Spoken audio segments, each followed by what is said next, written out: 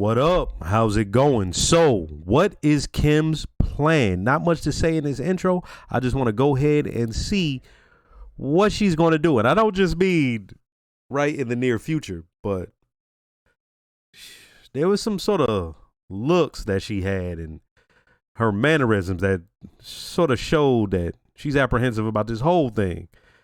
So what I wonder is, what is her plan going forward after she does what she does, where she utilizes all these office supplies, right? So let's go ahead and get this next episode started. Better Call Saul.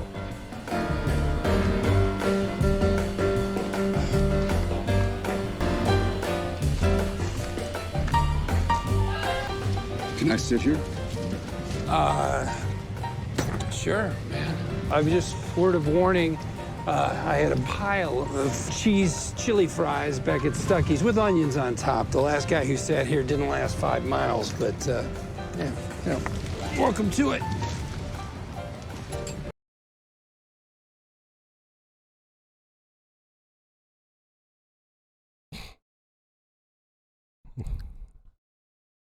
Man, developed mad different versions of handwriting. They all help it. Hilarious. They all help it. Hearts over the eyes is a real nice touch. Thank you. How many we got? 10. 10. You gonna pay it? All righty. Would you like to do some postcards? It's 50 cents per. Yeah. I like your passion, but would you just maybe tone down the anger? Make it that you're sad that you even have to write the letter.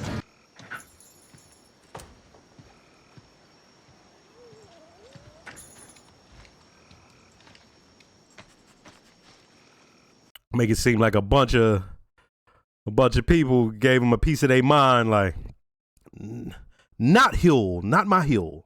5-0's all over, but not real 5-0 like the Reynolds. But you can't sell in front of them neither.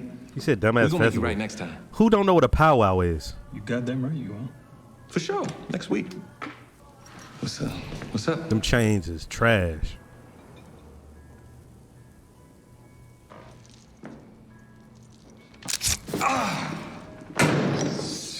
What you owe with interest. You had to do that, man. The guy's not gonna learn otherwise. So why didn't you do it? That's what I was about to say. You don't know how this is gonna go, boy? You gonna wonder why you didn't put in work. Hey, baby. You're in early. You in for the night? Want us to make you some dinner? Thanks, babe. Are you gonna smoke with us?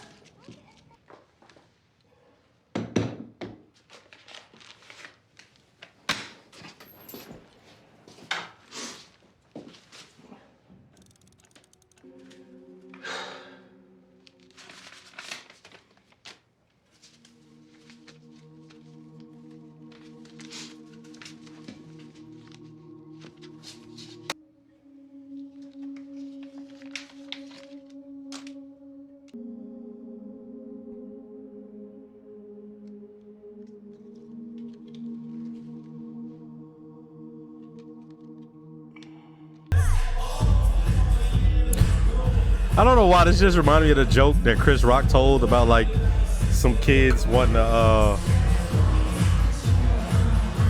they had like cancer, they had a short time to live, and they asked him, "You want to be Jim Carrey?" He said, "No, I want some big titties in my face."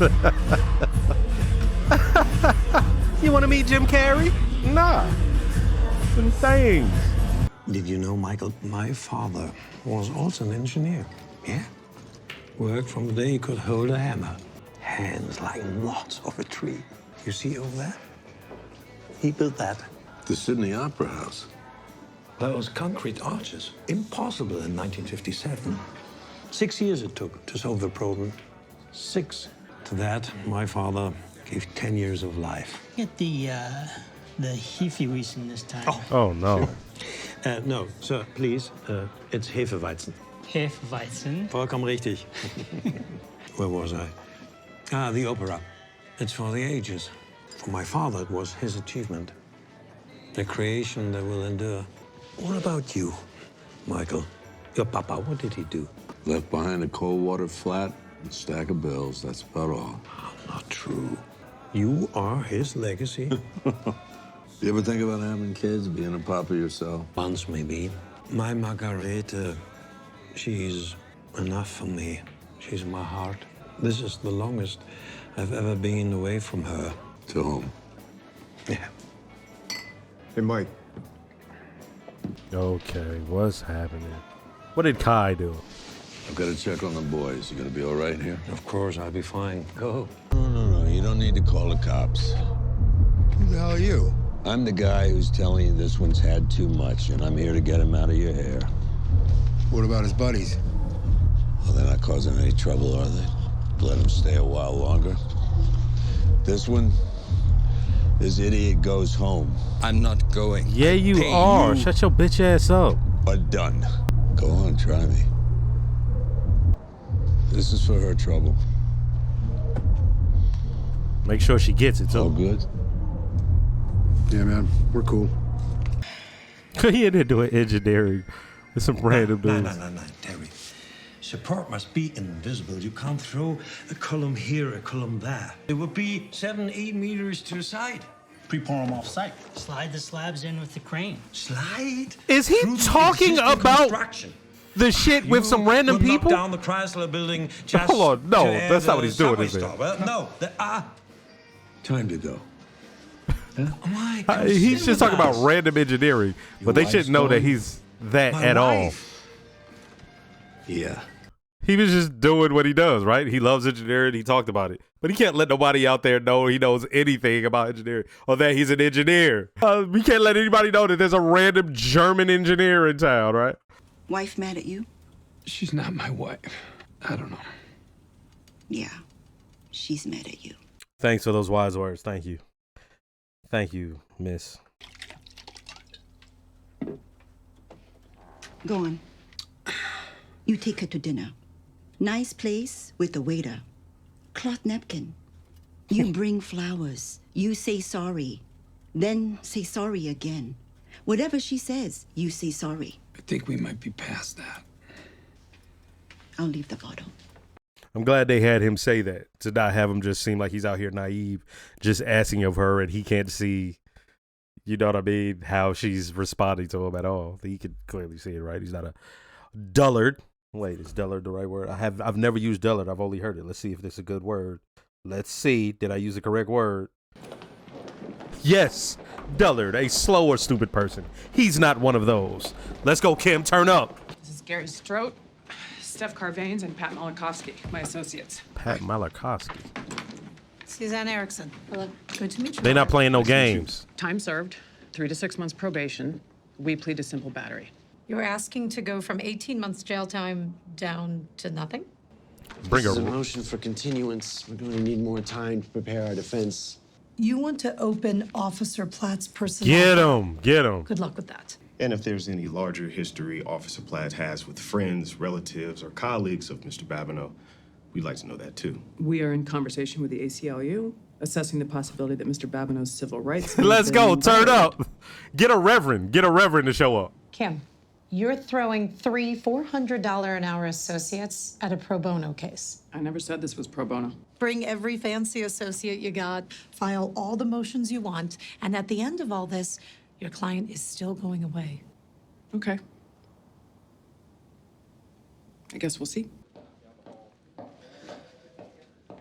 Yeah, she knows she on some bullshit. Everyone seems much improved. This R&R was a good Except idea, for you. Michael. You don't seem improved. Don't be concerned. I said nothing. Men at the bar talking to make talking. Look, by now they have forgotten me entirely. They forgot. The German national. Right. of Albuquerque. Right. Like, Talking about pouring hundreds of tons Right. of concrete at a secret underground location. Yeah, you were right. you son of a bitch. I'm sorry, Mike. I had too much beer. Listen to me. Carefully. Let him know, Mike. The man we're working for is very serious. Think about the precautions we take to keep everything that goes on here quiet. All for you to Think fuck it about up. how much money you're making. Yeah. Think about what happens if something goes wrong. I do understand. And I'm sorry to cause you any problem. You have my word. Nothing like this will happen again.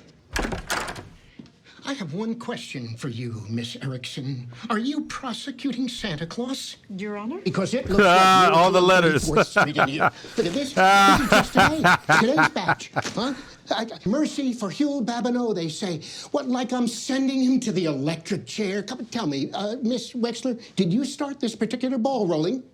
Did I instruct the people of Coushatta, Louisiana to start writing letters to the court? No, Your Honor, I did not.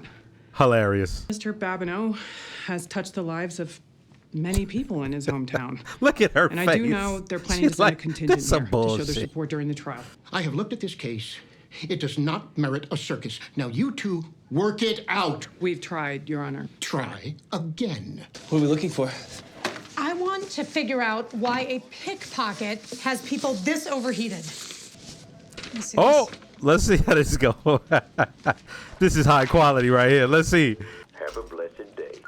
Hello, Mr. Fontenot. My name is Suzanne Erickson from the Albuquerque District Attorney's Office. Hello. Is this Eloise Lockhart? Speaking. Do you mind my asking, how exactly do you know Huel? Oh, everyone in Coushatta knows Huel. He's a pillar of our church. And which church is that? Free Will Baptist, right over on Bogan Lane. I'm sorry. Who are you again? I'm an assistant district attorney from Albuquerque, New Mexico. I'm handling a case that Mr. Babineau is involved in. Handling how? Oh, okay, that's who's doing the voice. Okay. I was like, who am I missing that would be doing the voice? You're the one persecuting our Huel? Persecute. How could you? Look at this horse shit. Look at you. It's the church. The church. Hurry. Oh, in the background, some organ music. Watch. Yes, organ music. Well, he's got a heart as big as Lake Pontchartrain.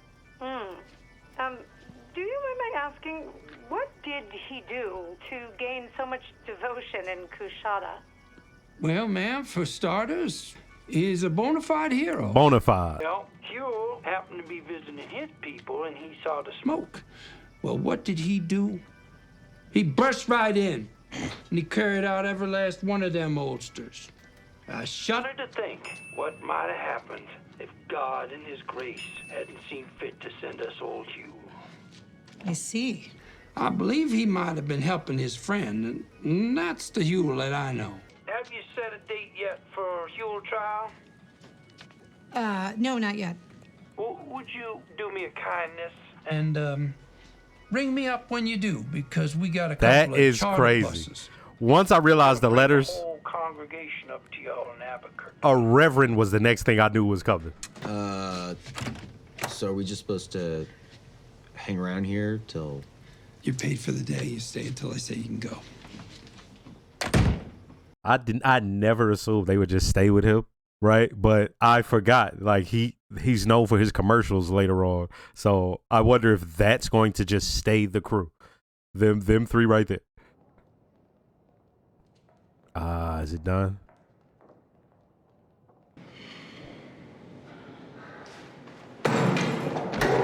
Oh, invigorating. 4 months probation, time served. It's like watching Roy Hobbs smash out stadium lights. Oh, yeah, but the DA overplayed her hand. Oh. Yeah. The near-term window is set, but we have to hit every target to stick to that timetable. As we look down the road, we get more flexibility. When we get to rollouts, I like what they're doing with her. Timeline and beyond, we have some breathing room. What's on your mind? Well, the foot traffic at Tucumcari is off the charts, and that's driving a lot of new accounts. Seems to me it's because the building itself is damn eye-catching. Now, I want to hit on all the milestones we're talking about, and Paige tells me what I'm going to ask is impossible. Let's see. What if we made the Lubbock branch the same as Tucumcari? I'm sorry, but I have to agree with Paige. It took almost 2 months to get local approval for the current design. There's simply no way we could stick to our timetable. I hate to say it, but it's unfeasible. So Kim before would have never gave that answer. She want to do all that shit? Oh, she pulled it out.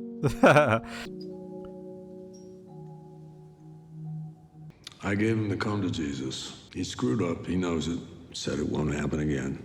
And what do you say? I was about to say he's going to answer what he thinks. I've got eyes on him. But yeah, he's good. Listen, Kim, I I know what's on your mind. The thing that we did, I mean, it was nuts. Don't worry. No one's gonna know about it. It'll be like it never happened. And also, I agree, we are totally done with all that. Over and out. No more. Let's do it again. ¡Oh! Hey. Llegaste aquí justo a tiempo. Oh, he from over the border? Güey, esto es una receta especial. Secreta de la familia. Sí. The Salamanca family. Damn. Yo soy Eduardo, pero you can call me Lalo. Y tú debes de ser Yeah, I know that. Bárrega, ¿no? Sí, me dijeron que eras un tipo inteligente. Y mira, aquí estás. Y sí que lo eres. What are you doing here? I'm just here to lend a helping hand, you know, make sure the business is running in order. I got a good head for numbers. But listen. Stop trying to act normal, Don't man. even worry. It's gonna be like I'm not even here. Hilarious. My man came in here trying to act regular. First, let me start by saying don't forget to like, comment, and subscribe. If you are subscribed, make sure to hit the notification bell. Shout out to all the new viewers. Shout out to all the subscribers. And got a Patreon with full-length early reactions to things like this. If you like to, check it out. So we got Lalo, Eduardo, and Salamanca family. Have we heard of him before? I don't recall that. But either way, for Nacho, this is dangerous. Because as I said, this man says, yeah, it's going to be like, I'm not even here. You're not going to notice me. He immediately goes to the front and sits right next to the guy doing the count. Yeah, he going to be all in Nacho shit. You feel me? And what I found interesting about this episode was for the first time we got to see how Nacho lives. Like we see how he lives, but I mean where he lives and his existence on a normal day to day. He makes a ton of money, right? He's kind of up there. He's middle management in some cartel business, right? So this man he's doing well. He got 2 hoes that's fiended out, you know what I mean? And picking at their toes and Shorty got up from picking at her toes and started acting like she was filing her toes out. She just needed to look like she was doing something. Because he came from a long day's work. She was like, damn, I better look like I'm doing something. She didn't go to do no dishes. She didn't go to wipe nothing. She just started filing her feet on the sofa, you nasty motherfucker. So yeah, Nacho got watch out. So here goes something interesting. When I watch a show like this, I watch it one time, and then when I edit it, I watch it another time. And this one's interesting because I'm watching it at the same time that I am beginning to post it, right? So I'm still watching it. And so, for instance, I'm at the scene, the squat cobbler part, and Kim says something to the effect of, what kind of a person would leave all of this to do pro bono work? And I laughed out loud when she said it after, because as you can see, I didn't even recall that she had ever even said that she had ever even said some shit like that. So it's funny to see what she ends up becoming, right? So as I'm watching that, I'm here and I'm fully invested into what's going on now as I'm watching. And I forgot something. Like, remember at the intro, I say, well, what is going to be post-Huel? What's going to happen if they get themselves out of this? Because she seems apprehensive about their whole situation. So what's going to go on? And she liked it. And I remember, oh yeah, she did like it. It turned her on. Oh yeah, it did turn her on. And whenever she's having trouble, she will go back with Jimmy and start trying to do that scammer shit alongside with him. And she wants to do some more. Now, the reason it's interesting is because they're adults and they didn't play him for a dullard, as I said. Yeah. I said dullard. Why am I so proud of that? It's hilarious. They show Jimmy understanding what's going on. He can see it on her face, but he had to protect Huel. But he can see it on her face, and he can see how she's treating him. Especially when the old girl has her headphones in, and he's like, hey, you want to go? And she's like, nah, I'm good. I'm eating some old Chinese food. As I said, she didn't even say some yesterday's Chinese. She did some old Chinese food. She got that lint growing in it, that mold. And she just scrape it off and be like, I'd rather do this than be with Jimmy. And Jimmy felt that. He was like, God damn, bitch. And so To see him feeling that way and about to express it to her in that final scene that they had together at the place that he wanted, that he was looking at. And she ends up at a place where she's like, nah, let's do this. Let's do it again. And it's even before that. When she's in the meeting with Mesa, she's sitting there and she's thinking, and you can see it in her eyes. She has that I'm in love look in her eyes. But that had been going for a bit. And it's crazy because now you're starting to think, oh, not, she's with Jimmy for a specific reason. Yeah, she love him. Yeah, she fuck with him. But she really is attracted to Slippin' Jimmy. Like, yeah, all that other Jimmy shit. Yeah, cool. But she attracted to that. Right? And that's what I find interesting is, remember when Jimmy was in her office and saw all that stuff and he sort of looked like, right? And I'm like, yeah, you can see that she's doing well. She's doing well at the stuff that she's great at, and she's doing well at the stuff that she wants to do and she's dreamt of doing. And I won't say it was jealousy, but you can see that Jimmy was like, damn, she's doing her.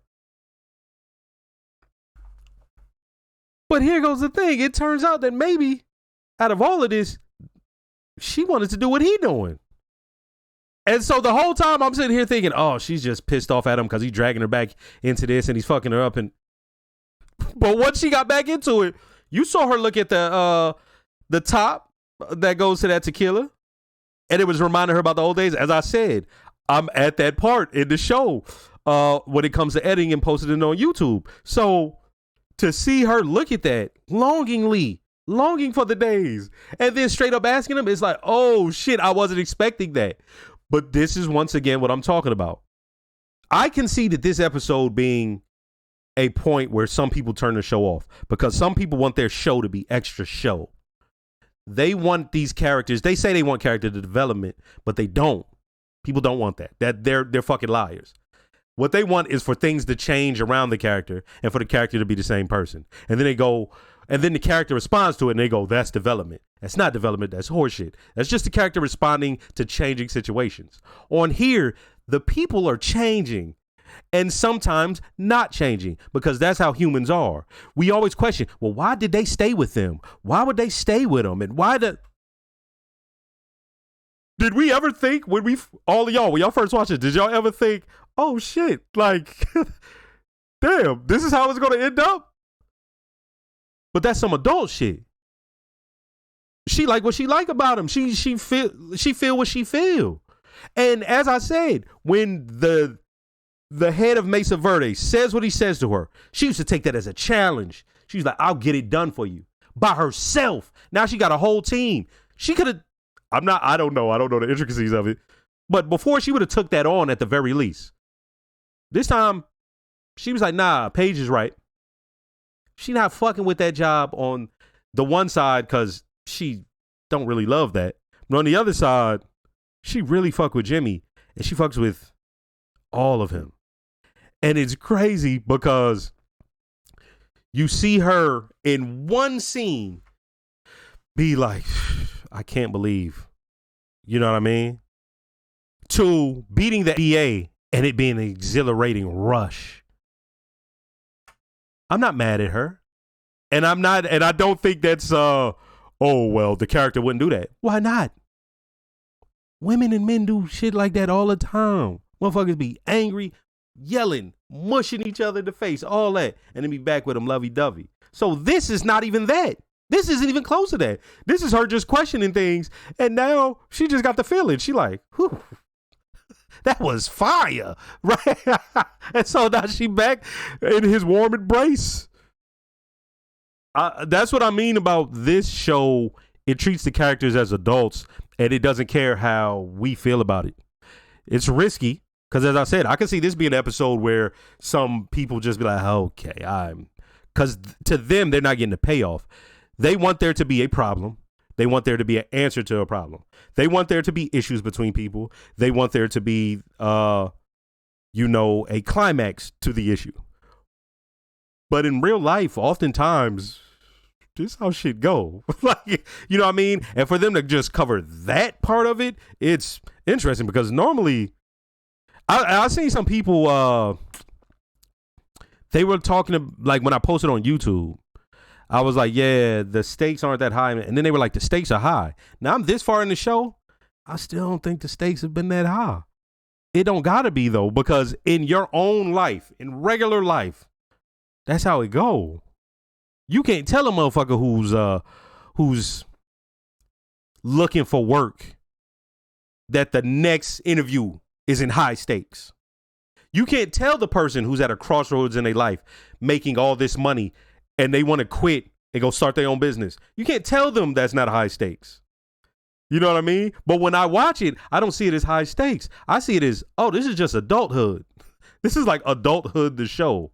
And it's interesting that this character, and coming from the universe that it's in, this is what it is. Even down to, the show doesn't jump the shark, but I will say it does something that can be seen as goofy with the Huel thing. And that was also one of the things where I'm like, I could see people being like, okay. I thought it was okay, because if you know anything about black people in the police, the way he was going to get out of that is how they did it. It needed to be a church involved, and to have a reverend just sit there on the phone and shit, and old chick, and you know what I mean? Like, that's how he would get out of it. But I still didn't get, it was a joint effort between Kim on her side and then him on his side. And to see the ADA shook, just calling all the phones, it's like, okay, I get what they did there. And the fact they took so much of the episode, it was about over 10 minutes maybe, that they spent on that whole ADA Huel Louisiana church situation, right? I thought it was straight, man. You know what I mean? Hey, this was another good episode to me. And yeah, shout out to Huel.